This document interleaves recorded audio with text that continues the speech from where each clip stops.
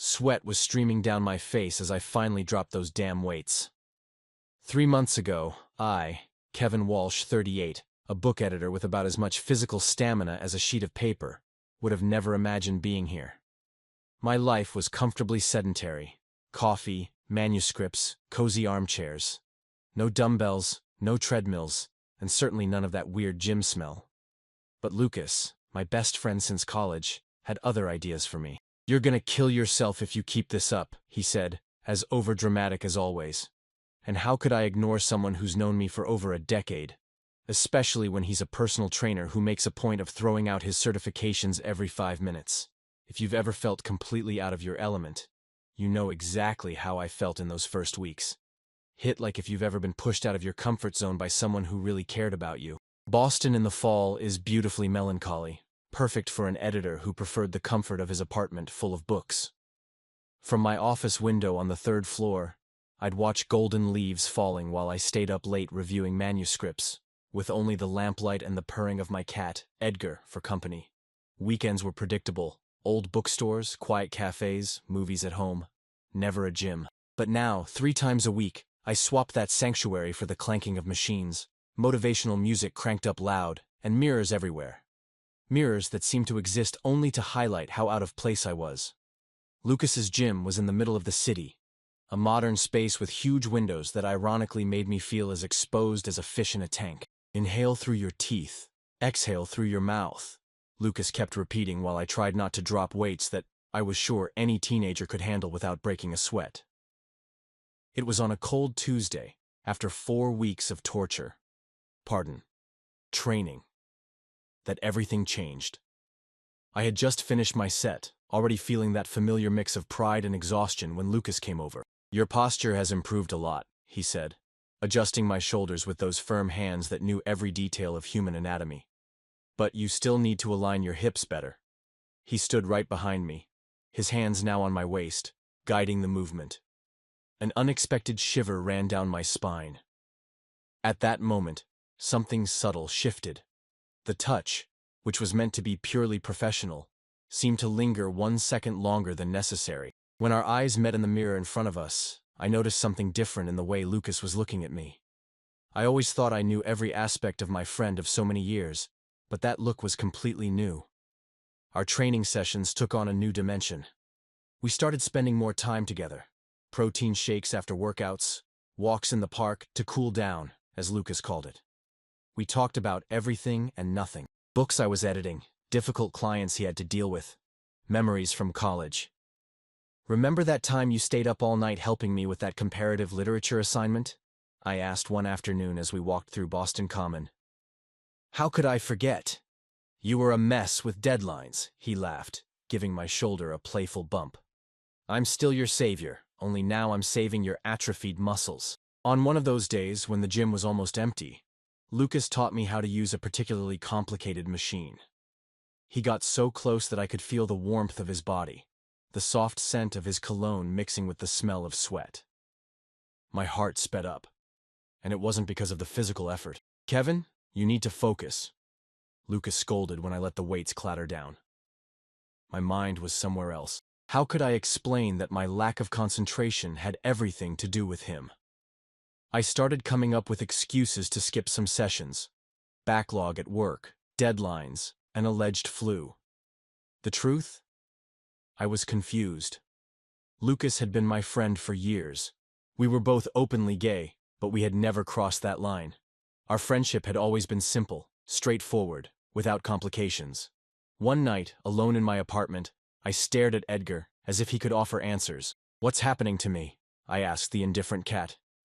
It wasn't just physical attraction, although sure, Lucas with his defined arms and contagious smile definitely sparked that.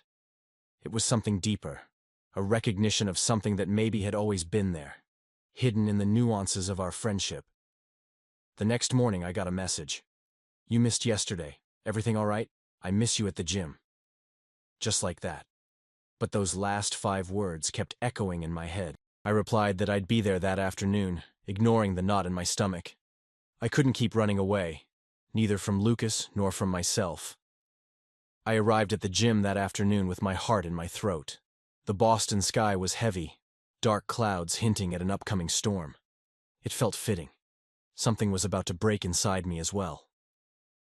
Lucas greeted me with that smile that now affected me in ways I didn't want to admit. "I thought you'd given up on me," he joked, though there was a hint of worry in his eyes. "Never," I replied, trying to sound casual. "I'm just swamped with impossible deadlines at the publishing house." He nodded, not entirely convinced. "Let's take it easy today since you've been MIA. The workout flowed with a tangible tension in the air. Every time Lucas corrected my posture, every time his hand touched my arm or back to adjust my position, waves of heat surged through me. I tried to focus on the exercises, but my mind wandered to the outline of his hands, imagining what it would be like if those touches had another meaning. The gym was oddly empty for a Thursday. Maybe the coming storm had kept people home. Only a few determined regulars occupied the far side of the room, well away from where we were. "Last set," Lucas announced as I finished doing squats.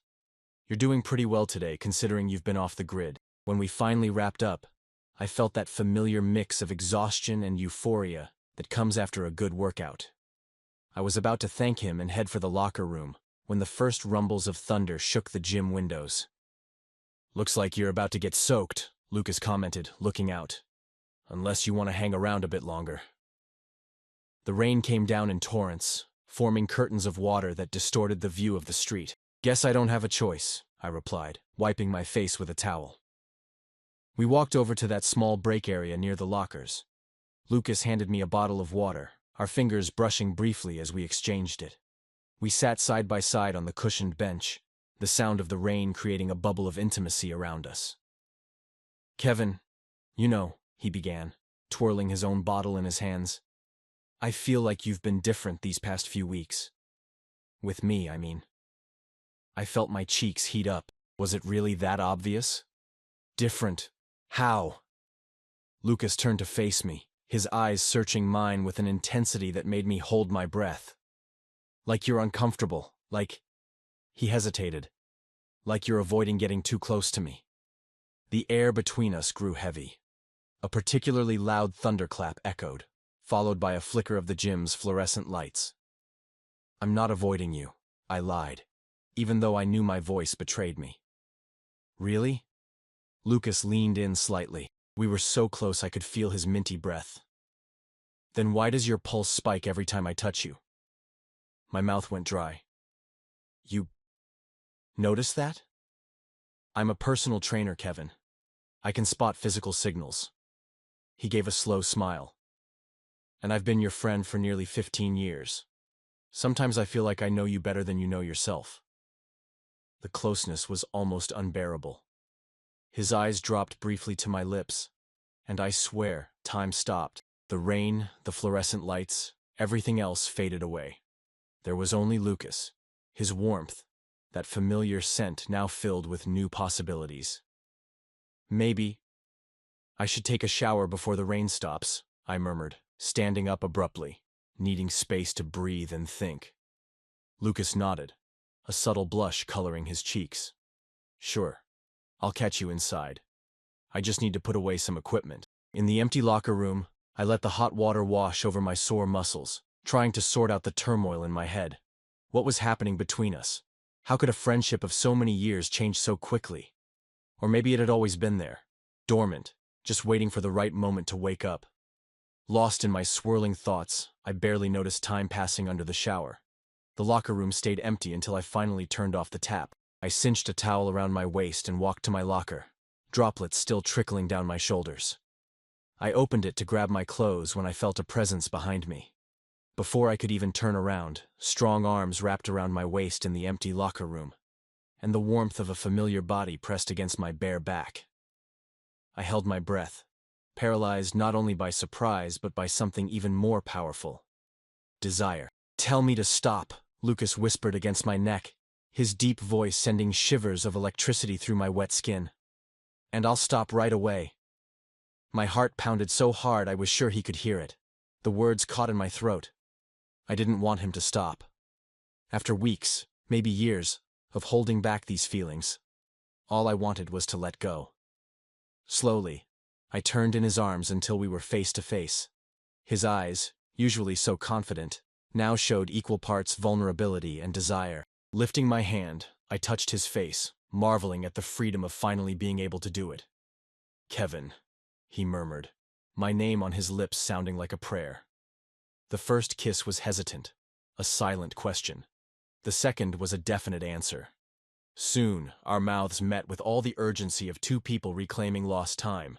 Years of friendship transforming into an explosive intimacy that neither of us could deny or control. His hands explored my body with reverence, running down my back, pushing me even closer to him. I felt like a book being read for the first time, every touch uncovering secrets I didn't even know I held. Lucas led me over to one of the wooden benches, keeping our contact unbroken.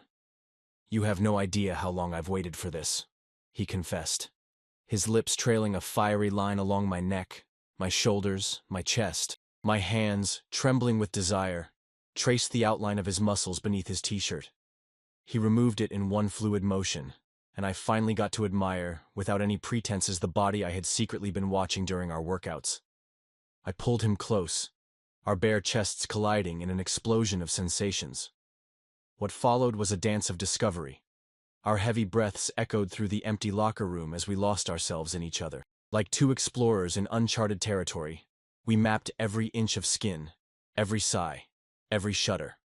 Lucas touched me as if he were composing a symphony, finding notes inside me I didn't even know existed. I responded in kind, quickly learning what made him gasp with pleasure, what set his gaze ablaze. When we finally came together completely, it was as if something primordial clicked into place in the universe. The rain outside provided a steady backdrop for our stifled moans. There was no shame between us, only pure discovery and pleasure. "Look at me," Lucas requested at one point, his voice husky with emotion. Our eyes locked, and in that moment of total connection, physical, emotional, almost spiritual, I understood that there was no turning back. Something fundamental between us had changed. The world dissolved into waves of rising pleasure. I grabbed his broad shoulders as if they were my only anchor in a storm of sensations. Our movements grew more intense and synchronized, carrying us higher until, together, we reached that point of absolute ecstasy. For a few moments we just lay there, intertwined, our breathing slowly calming, our hearts beating in unison. Reality gradually crept back in, bringing with it questions, uncertainties, but also a crystal-clear understanding of what had just happened. The distant sound of voices brought us back to reality. The gym was about to close, and other clients might soon enter the locker room. We exchanged a look of mutual understanding, followed by knowing smiles as we reluctantly separated. "My place is 2 blocks from here," Lucas offered, his voice still husky as we hurriedly got dressed. The rain slowed down. I nodded, unable to find the right words for the whirlwind of emotions inside me. I'd always been good with words. It was my job, after all. But at that moment, they all felt inadequate. The walk to Lucas's apartment was quiet, laden with expectation and unspoken questions.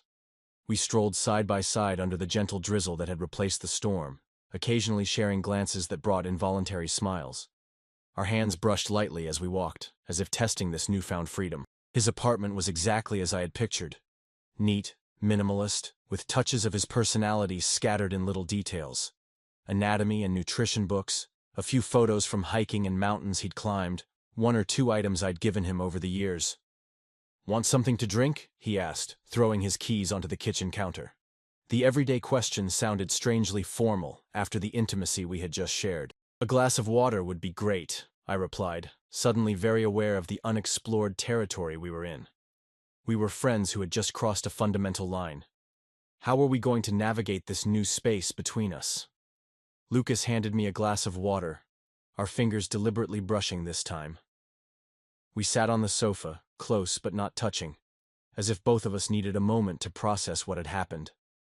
"Kevin," he began, turning to look me in the eyes, "I need to tell you something." I felt my stomach drop. Was this where the regret was coming in? The suggestion that it was a mistake, a moment of weakness?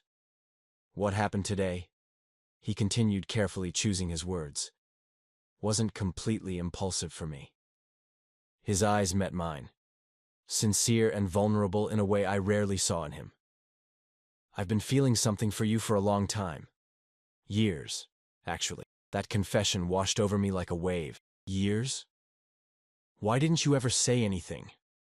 He shrugged, a gesture that carried the weight of years spent holding back his feelings. I valued our friendship too much to risk losing it, and I never was sure if you felt the same. We've always been close, but you never gave any indication that you saw me as more than a friend. A sad smile curved his lips. Until recently, when I started noticing how you reacted when I touched you during training. It was my turn to be honest. I'm not exactly sure when it started for me, I admitted, letting the words flow freely. Maybe it was always there, sleeping. Or maybe it came up when I began seeing you in a different light. Not just as my college friend, but as someone who cared deeply about my well-being, who spent his time helping me get better. I reached for his hand and intertwined our fingers. What I do know is that I can't ignore it anymore. And honestly, I don't want to. The relief on his face was palpable. He came closer, resting his forehead against mine. I was terrified, he confessed. Terrified that this would change everything between us. It's gonna change, I said, feeling a sense of certainty grow inside me. But maybe it's a change that should have happened a long time ago. We stayed like that for a moment, breathing the same air, absorbing each other's presence. Then, slowly, we backed away so we could really look at one another. Perhaps for the first time without all the barriers we'd built over the years. And now? I asked. Lucas smiled, that genuine smile that always lit up his whole face. Now, I think we need to figure out how to be ourselves, without pretending we don't feel what we do. We talked for hours that night, lying on his sofa, sometimes laughing about missed chances, other times in quiet contemplation as we processed everything that had changed. We shared memories of moments that, in hindsight, might have held more than just friendship between us. As the night wore on, the initial tension gave way to a comfortable familiarity, now enriched by this new dimension of our relationship. There was something deeply freeing about finally acknowledging those feelings, about letting them have the space they deserved. When I fell asleep in Lucas's arms that night, it felt like coming home after a long journey. My muscles still ached from the workout, but there was a new strength in me that had nothing to do with physical progress. It was the strength that came from finally being honest with myself, from accepting vulnerabilities and desires. That night, as the rain gently returned outside, I understood that sometimes the deepest transformations in life start with a simple yes. Yes to change, yes to taking risks, yes to possibilities we never imagined for ourselves. And as scary as this new territory between us might be, I knew we were ready to explore it together. I woke to the sunlight filtering through the curtains in Lucas's room. For a moment, I was disoriented until the memories of the previous night flooded back. Lucas wasn't in bed, but the aroma of fresh coffee filled the apartment. I got up, put on the t-shirt he'd lent me, a little too big, and followed the inviting smell to the kitchen. There he was, turning his back to me, making breakfast. The scene was so domestic, so natural, that it hurt almost, a glimpse of something I'd never allowed myself to imagine wanting. "Good morning," I said, my voice still a bit rough with sleep. Lucas turned, his face lighting up when he saw me. "Hey, sleepyhead." He came over, hesitated for a second, then gave me a soft kiss, as if testing if last night's intimacy was still welcome in the light of day. "I hope you like eggs and avocado." We sat down to eat, sharing shy smiles and light conversation. It was strange how something could feel both so familiar and so new. We were still the same Kevin and Lucas who had known each other for years, yet we were also two people completely rediscovering themselves. "I've got a confession to make," Lucas said between bites of toast. "When I suggested you start training with me, it wasn't just for your health." I raised an eyebrow. "Really?" He shook his head, a mischievous smile on his lips. "Well, obviously I care about your health, but also, I wanted to spend more time with you. You were always so busy with the publishing house. I missed you." That admission warmed me from within. And I was resisting so much. "You've always been stubborn," he laughed. "But you're determined when you decide to do something. It's one of the things I admire most about you." Breakfast lingered on as neither of us wanted to break that bubble of intimacy. Finally, I checked the clock and sighed. I have a meeting with some authors in 2 hours. I need to swing by my place to change. A shadow of uncertainty crossed Lucas's face. Kevin. What happens now? I mean, for us. The question hung in the air, loaded with possibilities and unspoken fears. 3 months ago, I would have dodged this conversation, offered excuses, kept things safely on the friend level. But something had changed in me, and it wasn't just my body. I don't know exactly, I answered honestly. I just know I don't want to go back to how we were. I don't think I could, even if I tried. He nodded slowly. I don't want to go back either. But, he hesitated. I'm scared of messing up what we have. Our friendship means everything to me, Kevin. If this doesn't work... And if it does? I interrupted, surprising us both with my sudden conviction. What if it's the best decision we've ever made? Lucas studied me for a moment, his eyes searching mine. Do you really want to try? I think we're already trying, I replied, reaching for his hand on the table.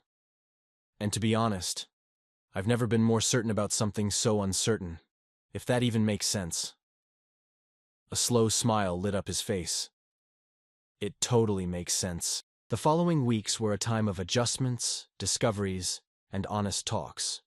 We decided to take it slow, or as slow as two people who already knew each other so well could. And our circle of friends reacted with a mix of surprise and exclamations of, "Finally!" that made us wonder how obvious our feelings had been to everyone else but us. My colleagues at the publishing house noticed a change in me. Not just physical, but a lightness I hadn't shown in years. Our workout sessions continued, now filled with a delicious tension that frequently ended with one of us heading to the other's apartment after the gym. Lucas was as dedicated a boyfriend as he was a personal trainer, always pushing me, challenging me to be better while knowing exactly where my limits were. It wasn't all perfect, of course. We had our awkward adjustment moments, debates about personal space, work, and expectations. There was one particularly tense week when I had to travel for a book fair in New York. Our first time apart since we'd begun this new chapter. The distance brought insecurities to the surface, especially for Lucas, who admitted he was afraid I might rethink everything without him by my side.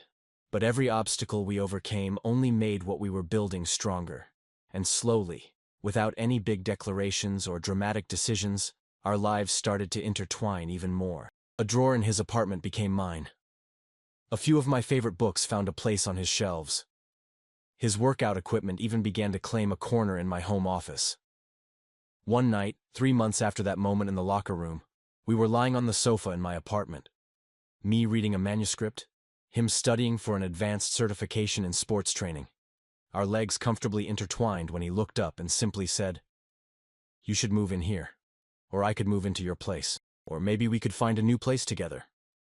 I lowered the manuscript, surprised not by the suggestion itself, but by how naturally it came. "Are you sure? Isn't it a bit soon?" Lucas shrugged, that familiar move I'd grown to love. "We're spending almost every night together anyway. And honestly, Kevin, I've waited so long for you that any more waiting would be a waste." At that moment, I felt a certainty I'd rarely experienced. Let's go find a new place. One that's ours from the very start. His smile lit up the room. "So, we're really doing this." "We're really doing this," I confirmed, as I leaned in to seal our decision with a kiss. Today marks exactly 3 months since that day in the gym locker room.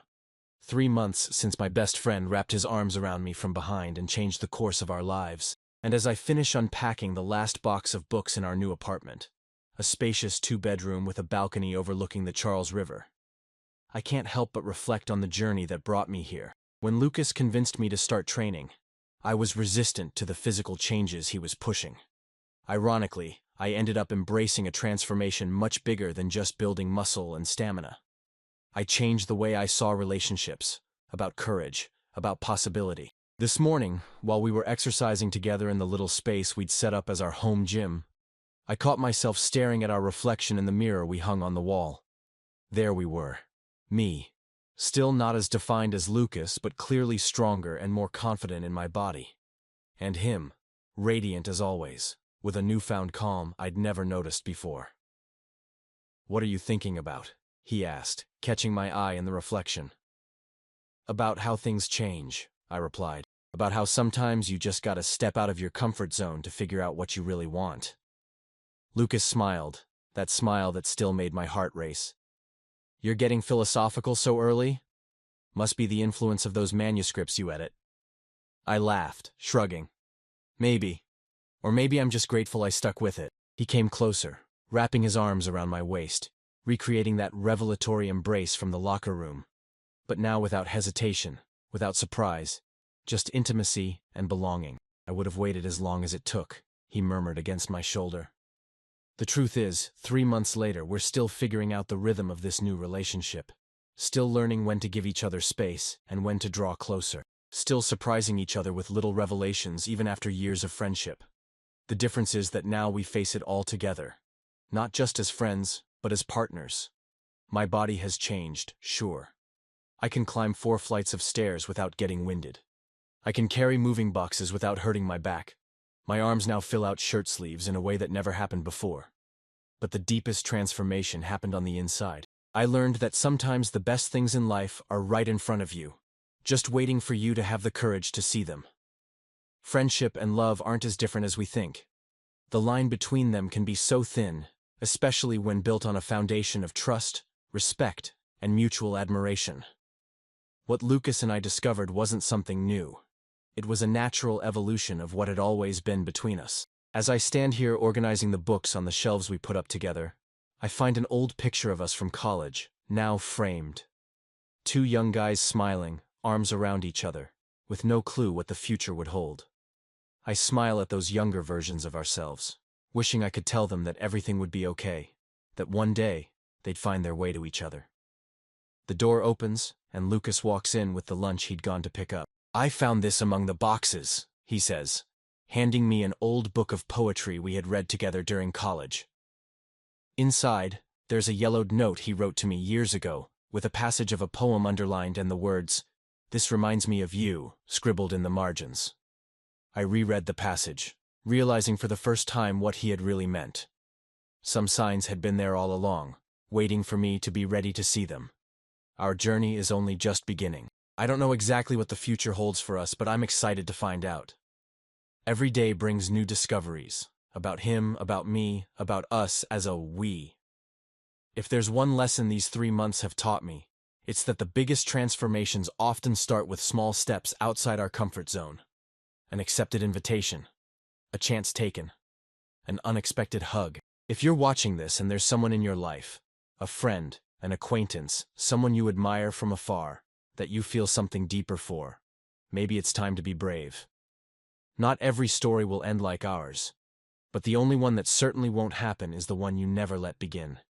Hit like if this story touched you in any way, if you've ever found love where you least expected it, or if you're gathering the courage to take that first step. Subscribe to the channel for more stories of personal transformation and journeys of self-discovery.